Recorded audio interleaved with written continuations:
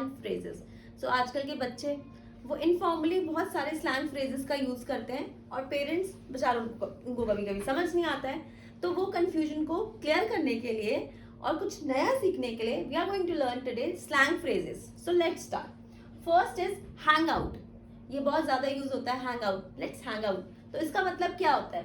Hang out का मतलब होता है टू स्पेंड टाइम टुगेदर, ठीक है, casually to spend time together. We can take one example, we are planning to hang out at the mall. Fine, means हम लोग mall में जाके एक साथ टाइम स्पेंड करेंगे। Okay, so hang out means spend time together. Next is chill out. Chill out का क्या मतलब होता है? चिल आउट का मतलब होता है रिलैक्स और टू काम डाउन।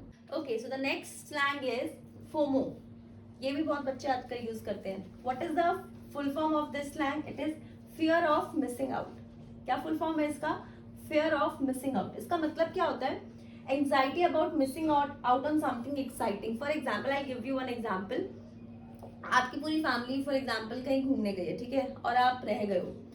अब उन्होंने आपको कहा भी चलो, but you said no, I will not go. लेकिन अब आप घर पे अकेले हो, नाउ यू हैव फोमो। अब आपको लग रहा है पता नहीं वो क्या कर रहे होंगे, पता नहीं क्या एक्साइटिंग कर रहे होंगे और मैं नहीं कर पा रही हूँ। That is fear of missing out. Fine, let's take one example. I didn't want to miss the party because of FOMO. Fine, next is binge watch. ये भी बहुत commonly used slang है, binge watch.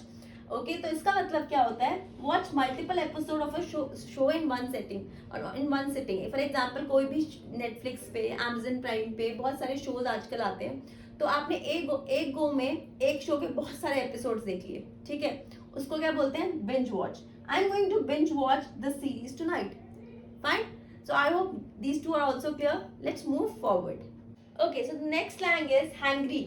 ओके, इसका मतलब क्या होता है? Irritable due to hunger. जब हमको भूख लगती है तो हमको गुस्सा आता है ना, तो उसके लिए हम ये स्लैंग का यूज कर सकते हैं। एग्जाम्पल देखते हैं। I am getting hangry, let's find a place to eat. Next is throw shade. Next slang क्या है? Throw shade. इसका मतलब क्या होता है? क्रिटिसाइज और इंसल्ट समवन इनडायरेक्टली। जब हम किसी को क्रिटिसाइज या किसी की इंसल्ट कर रहे हैं इनडायरेक्टली, उसको क्या बोलते हैं? उसके लिए हम क्या स्लैंग यूज कर सकते हैं? Throw shade. Example, she is always throwing shade at my outfits.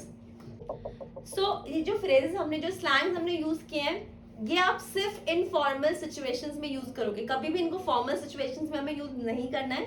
Fine, तो use these slangs in informal situation, जब अपने फ्रेंड्स के साथ हो या अपनी फैमिली के साथ हो। Fine, so if you like this video, kindly like, share and subscribe. Thank you for watching.